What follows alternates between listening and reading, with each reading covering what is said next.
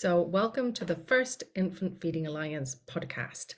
I'm your host today. My name is Ruth, and I'm interviewing Dr. Francesca Mezzenzana, which I hope I pronounced your name correctly. And she's an anthropologist based at the University of Munich, studying childhood socialization in general and specifically in the Ecuadorian Amazon. Now, I came across Francesca because she wrote quite a brilliant article about her experiences of her own having her own baby and spending time with her husband's family in the Amazon. So I don't know if you want to say a little bit more about how you got interested in this and how your work kind of crosses over with issues around infant feeding and what you learned from your experiences. Yes, thank you so much. I started working in the Ecuadorian Amazon in 2011 as an anthropologist, working various urban and rural communities. And in 2015, after I gave birth to my son, when he was around 4 months, together with my husband, who's from an indigenous village in the Ecuadorian Amazon, we decided to to spend around 8 to 9 months with his family in a village in Amazon. And we brought our son so that he could meet his relatives there. And as I explained in the article, for me, it was a real cultural shock. Not in the sense that I didn't already know the context, but for me, as a mother with a newborn, I was faced with a way of taking care of infants that is quite different from the context, my own cultural context. I gave birth in Italy in a baby-friendly hospital, and I took a course. I don't know how you call them, maternity courses, prenatal courses. Prenatal education. Yeah, prenatal education in Italy, again, in a kind of baby-friendly hospital. And I read many manuals when I was pregnant about parenting and, early childhood development. Yes, so when I arrived in Ecuador, in the essay, I describe how people just behave towards my son in ways which I found disconcerting and quite surprising. In relation to feeding, for instance, I was breastfeeding exclusively as in the guidelines for the first 6 months, and I was recommended that I didn't introduce any solid foods. And my friends and family just seemed completely relaxed about that. And they actually wanted to offer my son bits of yuca, which is one of the local main staple food, pieces of boiled plantain. And they were really surprised at how committed I was to breastfeeding exclusively my son, but also to kind of follow certain practices of breastfeeding, such as breastfeeding in a quiet space, looking at my baby's eyes while breastfeeding, not being distracted by any kind of activities that surrounded us, which were literally what I was taught in these courses. And I probably, as an academic, took them too literally.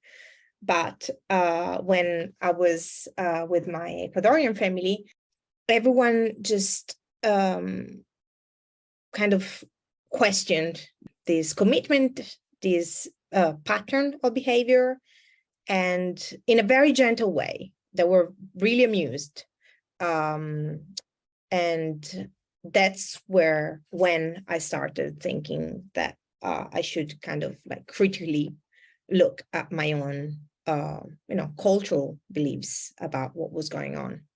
So interesting, because I think when you're talking, what strikes me is that the advice that you get about breastfeeding isn't just about breastfeeding. It's an entire ideology about what it is to be a parent, but specifically what it is to be a mother. And it comes with this slew of advice, which is not just breastfeed exclusively for 6 months. It's do it in a quiet place, make eye contact with your baby when you're doing it. Don't introduce any other foods for at least 6 months. Don't be distracted, Don't you be know. distracted. Your Yeah. focus must be completely, it's you and the baby.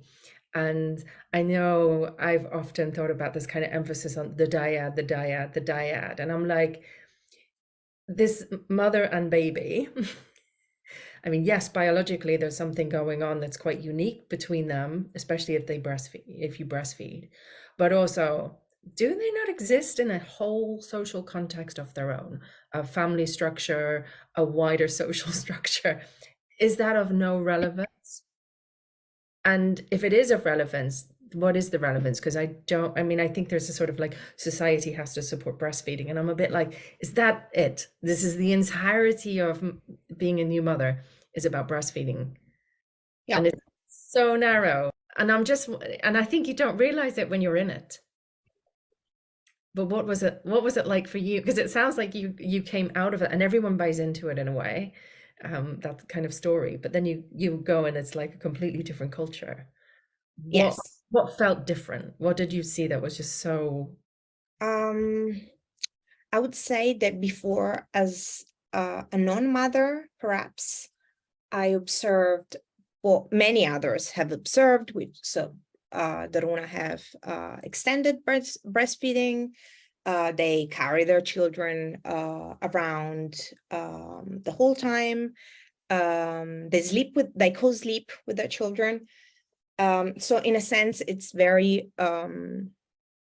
it corresponds very well to the image that has been put forward by, natural parenting advocates.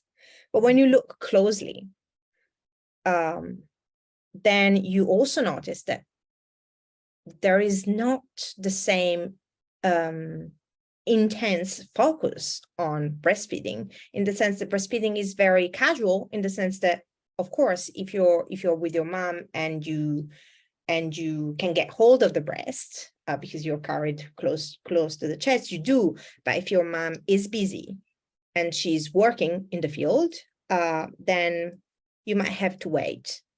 And so this is like already a big difference. There is this sense that breastfeeding is not sacred, it's just one forms of caring for your child. One is not a matter of life or death. It's not a matter of, I mean, if you don't breastfeed, you don't fail bonding with your baby. So for instance, some mothers don't have enough milk, and clearly the issue of like of water, of drinkable water, is an important one. But feeding children with artificial milk is not a taboo at all. In fact, it's just what you do in order for your infant to thrive and be healthy. So that was another important difference which I noticed, because I had the impression in my baby-friendly hospital that, in fact, if I failed to breastfeed, it was a big deal. It was a really big deal. It sounds that it was far more mundane. It was Yes. like you feed your Yes. baby, breastfeed or formula feed, and obviously clean water is an issue, but if you can access it, you do what you need to do, just like you change your baby's nappy, just like you feed your baby, just like you put your baby to sleep, just like you cook for your family. It's just one of the tasks of family life. That's how Yes. it sounds. Is that Yes. Yes. doesn't have Absolutely. mythology around it about this is about mothering, or Yeah, this is about achieving incredible health, or this is about bonding, or this yeah, is about protecting the environment, or yes. yeah, it's such a that is a contrast to how it is currently promoted, and I think actually largely seen in the context that I live in the UK, certainly. Yes. I mean, in Italy, I would say that the context where I found myself is not typical. I just happened to live close to a very, very famous baby-friendly hospital where this kind of understandings about, bonding and early childhood development kind of converge. So I think my experience was actually like not exceptional, but was quite distinctive for the Italian context. And certainly had consequences on the way I experience motherhood in the first year. Yeah.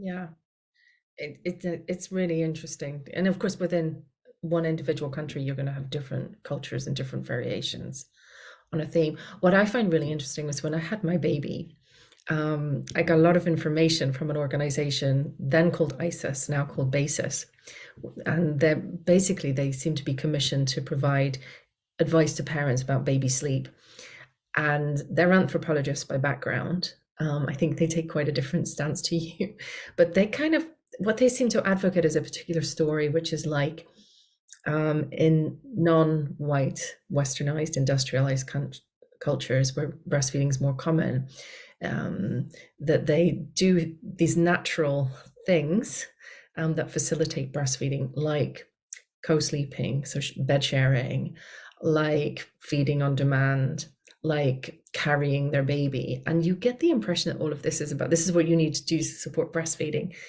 And I'm wondering what you make of that as a understanding of what people are doing in indigenous cultures. Yeah. I think, as I said before, on at a first look, it might seem that people are doing exactly what you just described. But I think the key difference is that people do not see any of this behavior as having a tremendous effect on children, cognitive and emotional development. And I think that's the crucial difference in the sense that people co-sleep, mothers co-sleep with their babies because it's practical, because the housing arrangements are just different. And they breastfeed their children because it's easy. It's better than looking for drinkable water and buying for formula milk. But in any case, if they happen to, when urban indigenous people live in the city and they put their children to bed in a separate bed, or if they feed them with formula milk, that nobody thinks that this is going to affect them in any indelible way, in any it won't cause them any trauma, any long-lasting trauma. So this is the first point. And the second point is that I think there is a risk of portraying these so-called indigenous practices as something ahistorical and as frozen in time, and as stereotyping and essentializing indigenous culture. And I think that doesn't do any good to anyone, nor parents who are extremely worried about their children in the West, nor to parents who are misrepresented parents from indigenous communities who are misrepresented and also consumed, so to speak, as an object, like used as an object of consumption by, well-off, highly educated parents in the global north.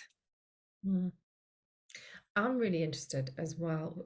As a mother, you have this really interesting contrast between, I suppose you've got the wider context in Italy. You then also have the specific baby-friendly hospital and that whole ethos that you experienced at the beginning. And then you had this really contrasting experience in Ecuador. How was that? What did you take from that as a woman, as a parent, as a mother? I would say I learned to relax more. I learned to kind of abandon the idea that I could control, how my child was going to develop. And I also think that I learned to trust other people much more. I think that I kind of gave up the idea that I was the most influential person in my son's life and that I needed to do everything. I just learned to say, okay, you've got a family in Ecuador who thinks that, you should be raising children in a completely different way. And I think they have the right to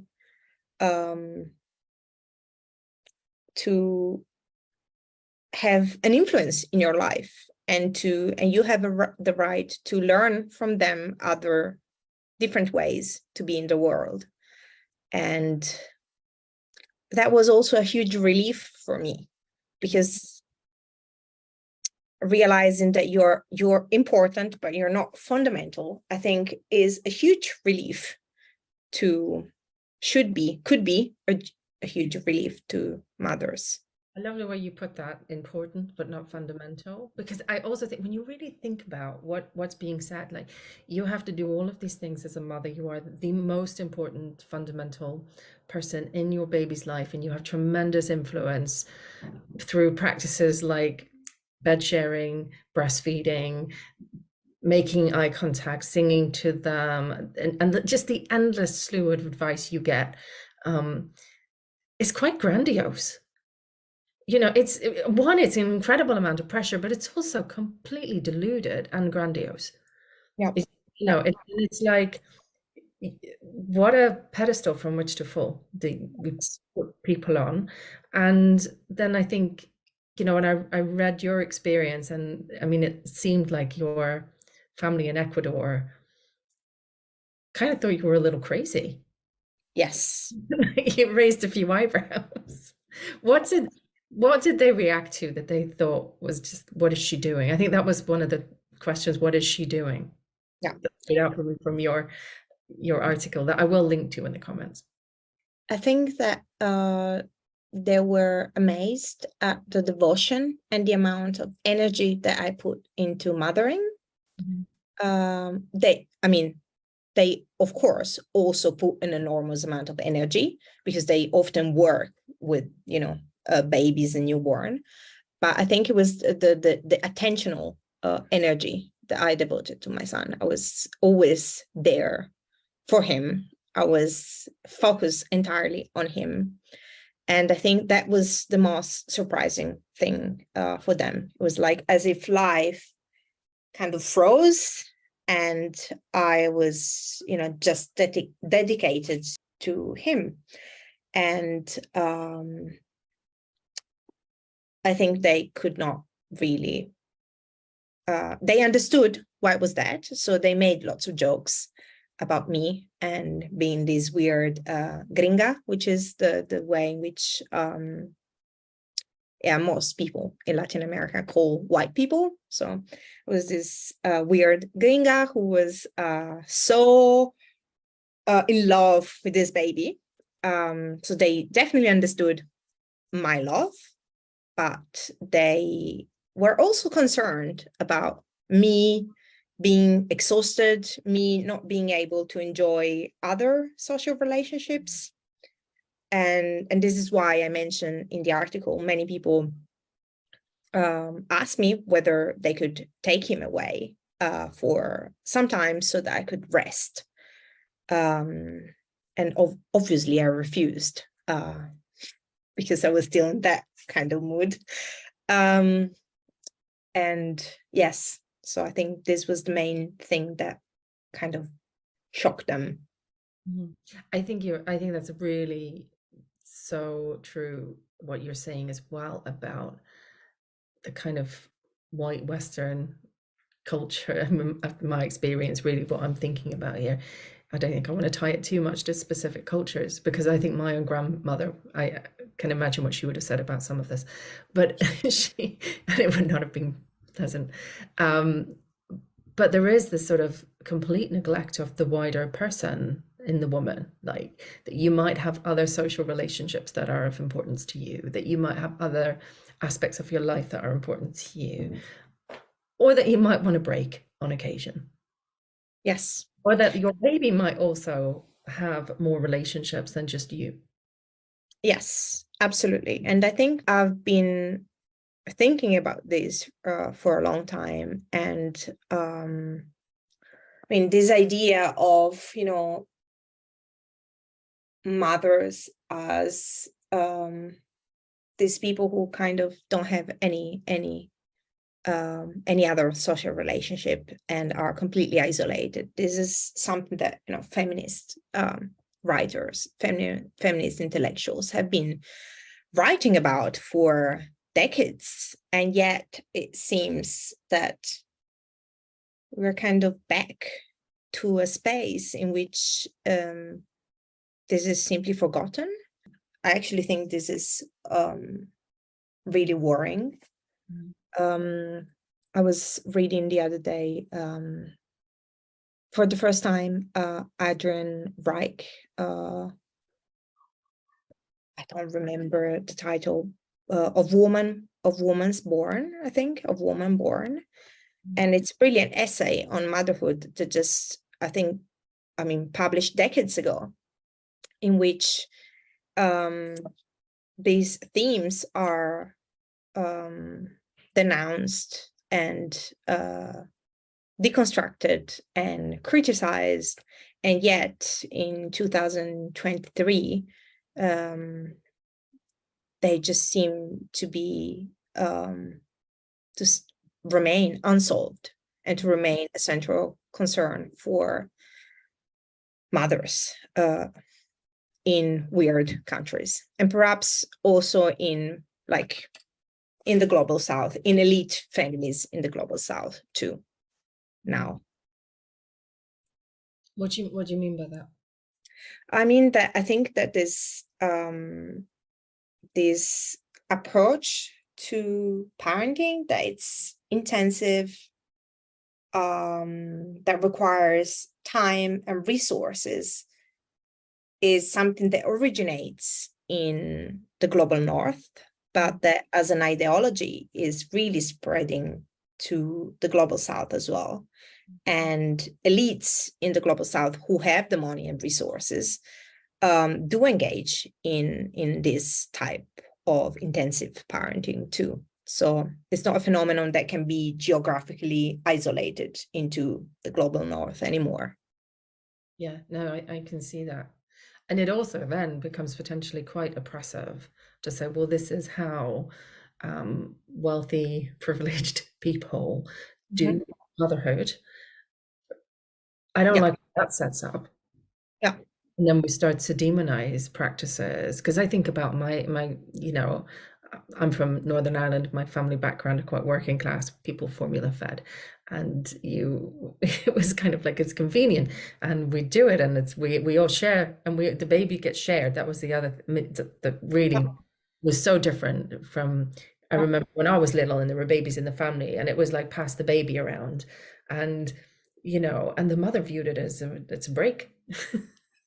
Yes. And I remember talking to someone, and they were like, yes, when I had my baby, and this was in the UK, and her baby's younger than me. When I had my baby, we stayed in the hospital, and there was a nursery, and the baby went to the nursery, and the nurses fed the baby all night long, and then they got brought back to you, and you had full night's sleep for at least a week after the birth. It was wonderful. And I was like, oh, you were separated from your baby. And now I'm like, well, yeah, what a good idea. Give her a break before she has to, give her a chance to recover from the birth before she goes home, if that's something she might like. Yeah. Yes.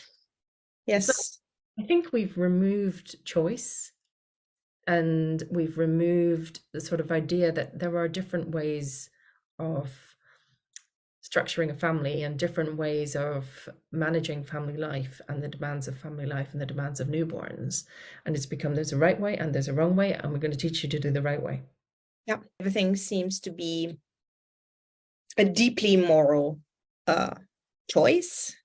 So if you have a nurse taking away your baby for the night, that is a moral choice that makes you a kind of person. And if you choose to have your baby throughout the night, despite the pain and the discomfort, that makes you into a different kind of person. And I think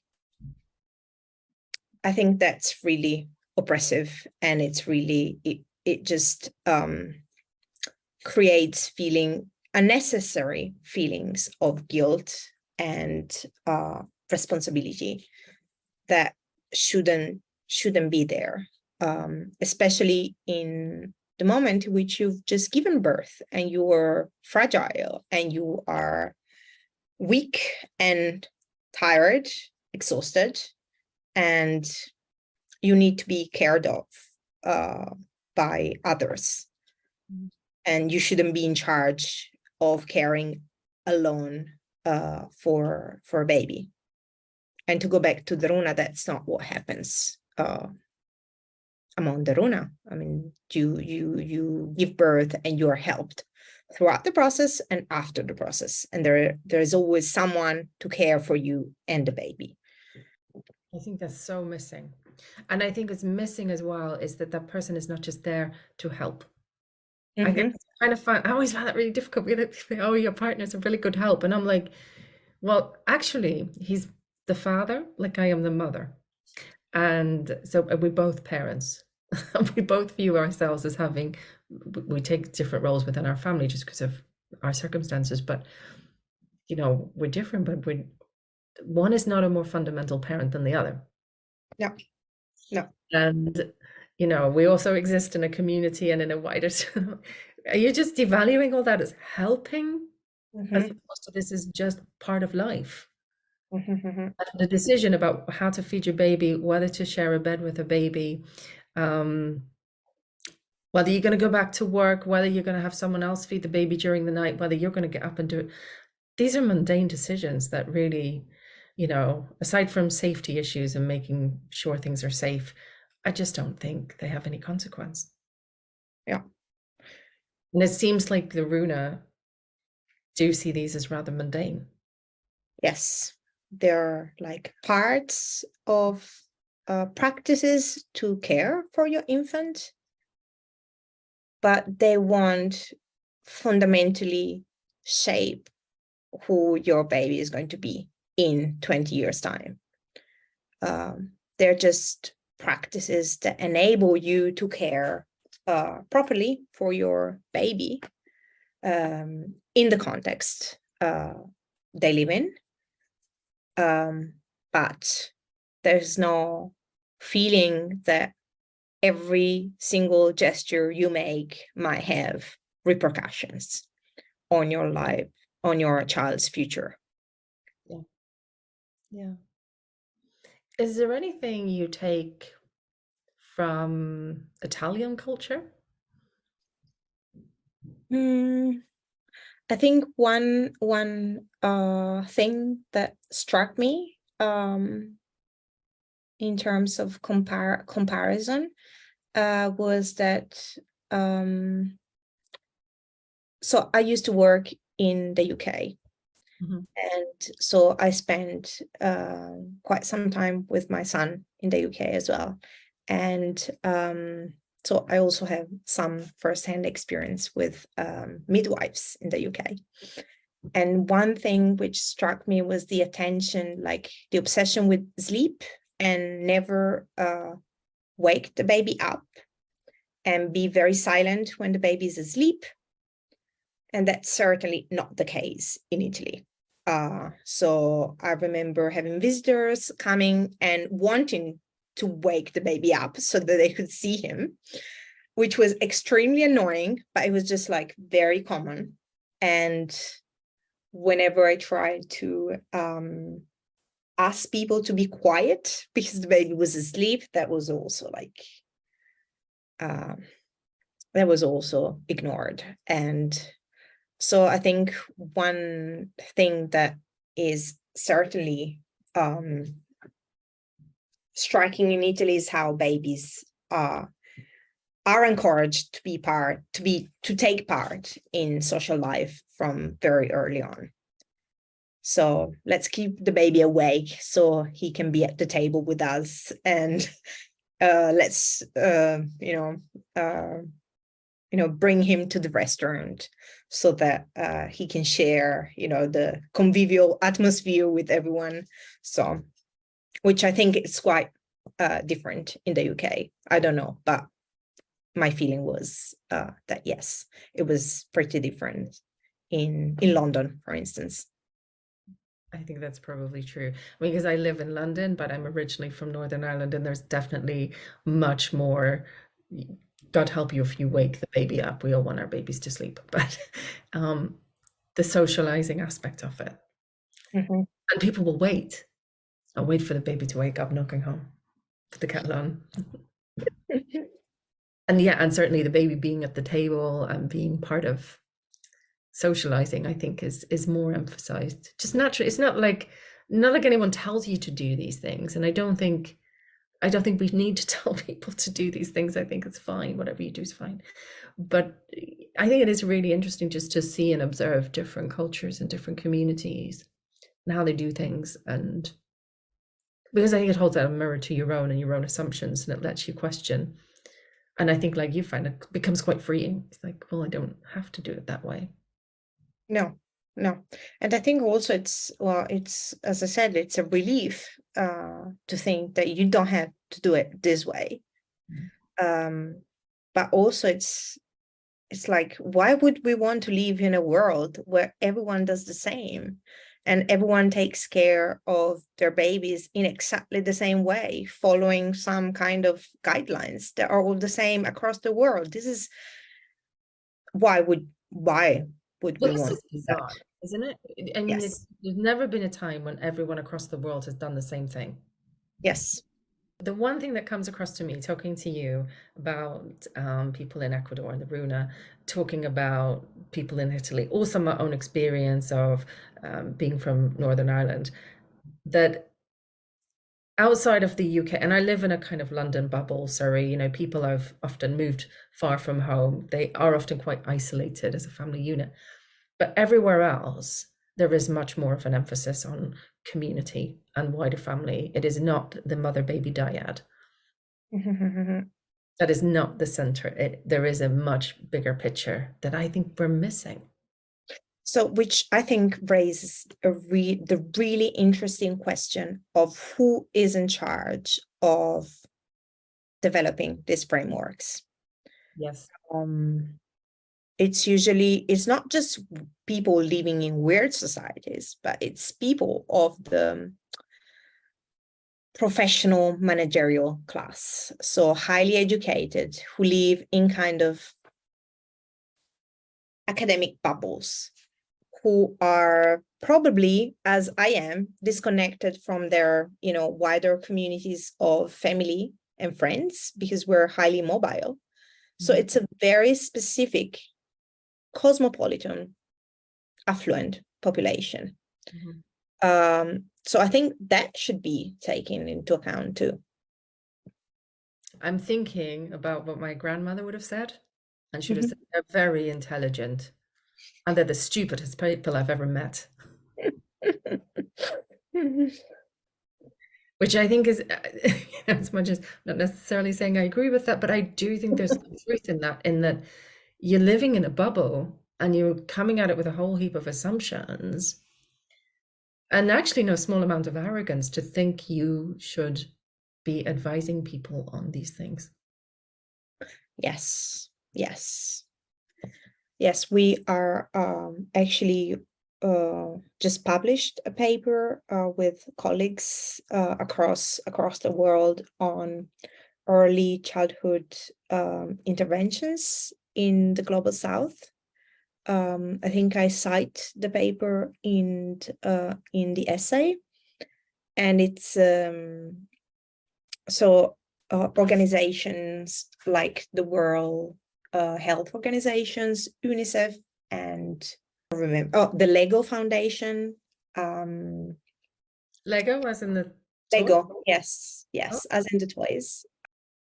They're funding programs in the Global South focus on early child development, on the assumption that children in the Global South do not receive appropriate care, and therefore, because of that, their brains are underdeveloped.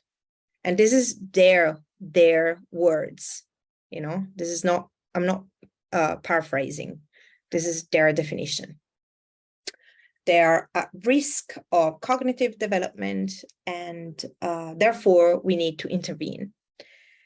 And there's so many problems with that. Like it's pretty shocking to read. I was very shocked when I started reading this literature. I was very shocked also because the way in which they measure cognitive development is like so problematic.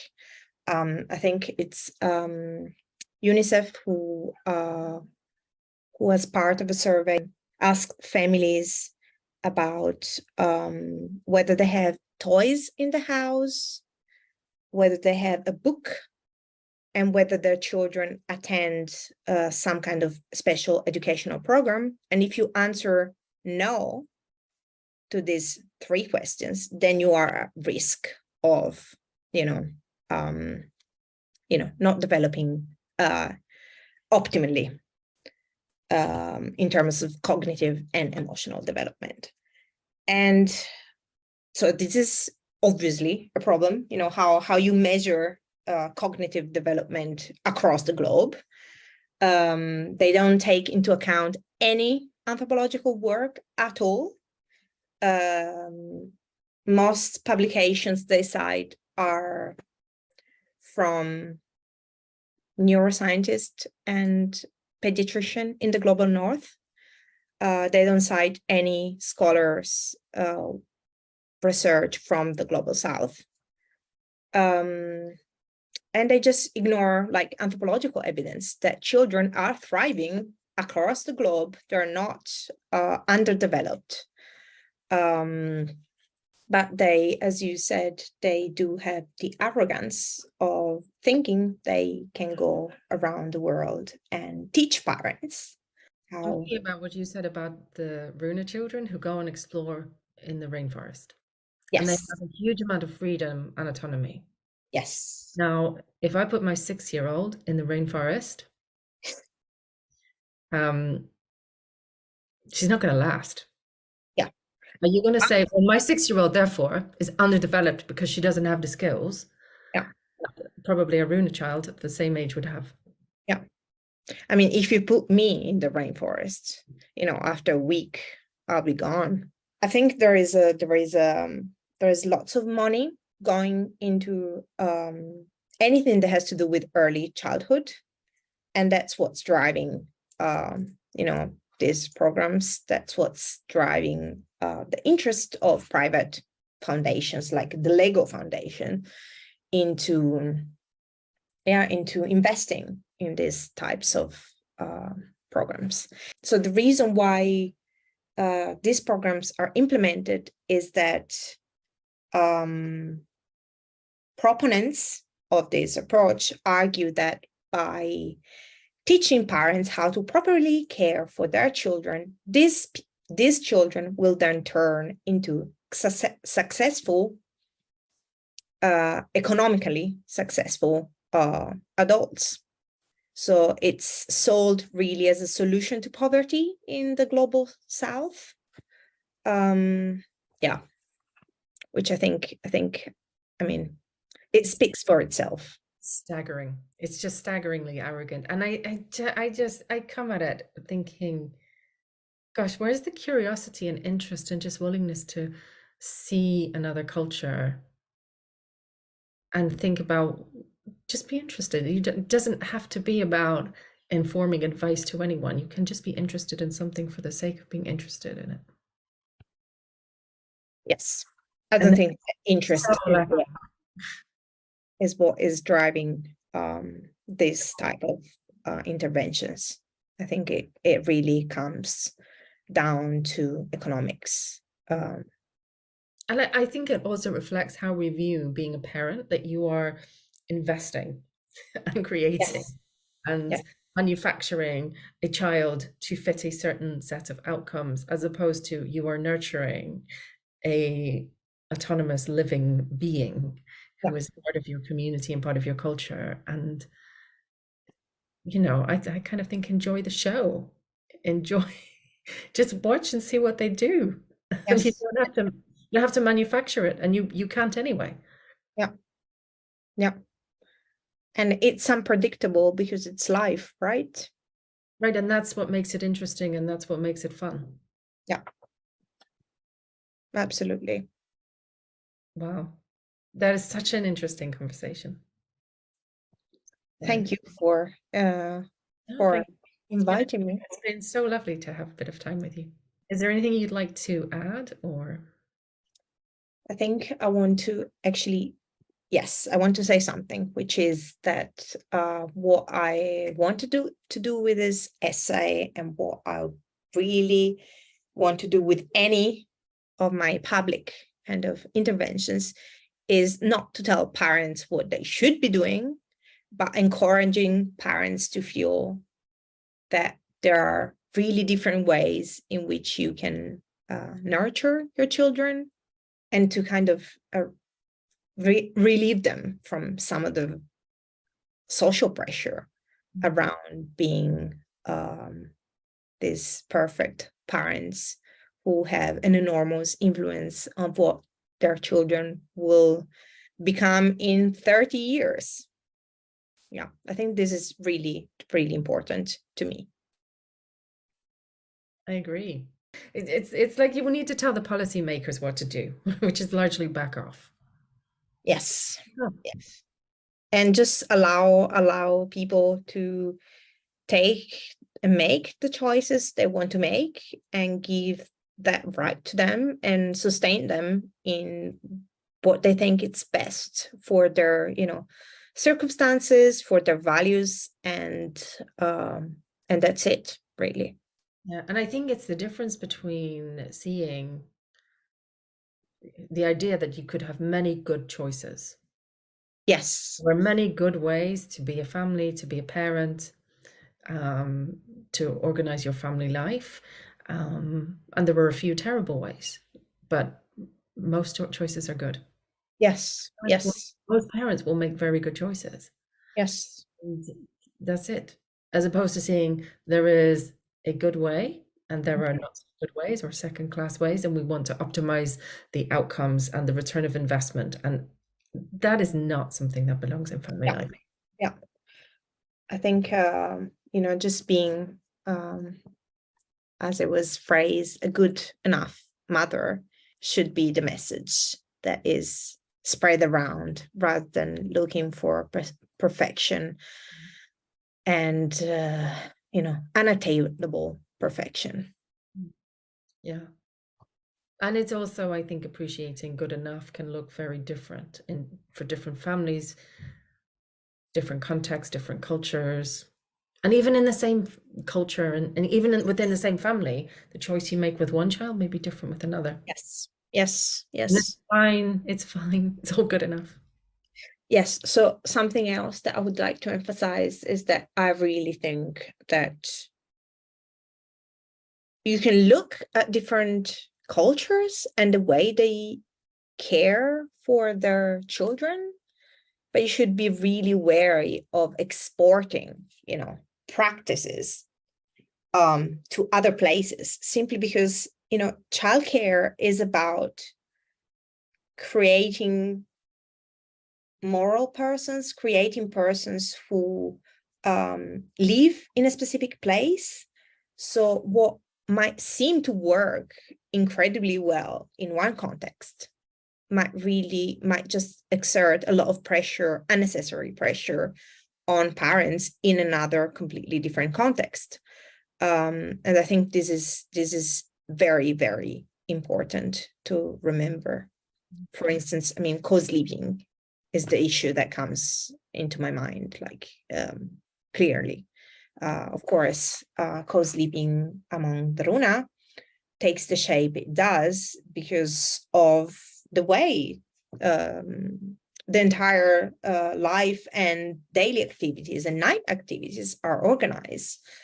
But co-sleeping in a flat with parents who have to work full time, and that's an entirely different issue. And I shouldn't even be drawing the difference. It should be just clear that we cannot export one practice to another place and just assume that it will work perfectly.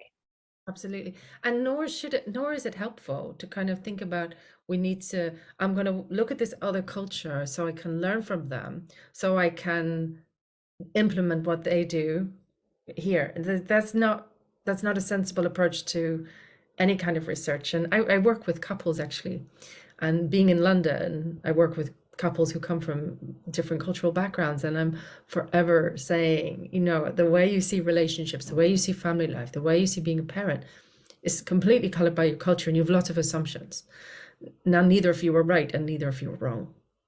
But what you can do is step back, and you can reflect, and you can learn, and you can appreciate the things in your culture that you like, and you can maybe see a few things that you don't like, or that you like but simply don't work when you live in London. Yeah.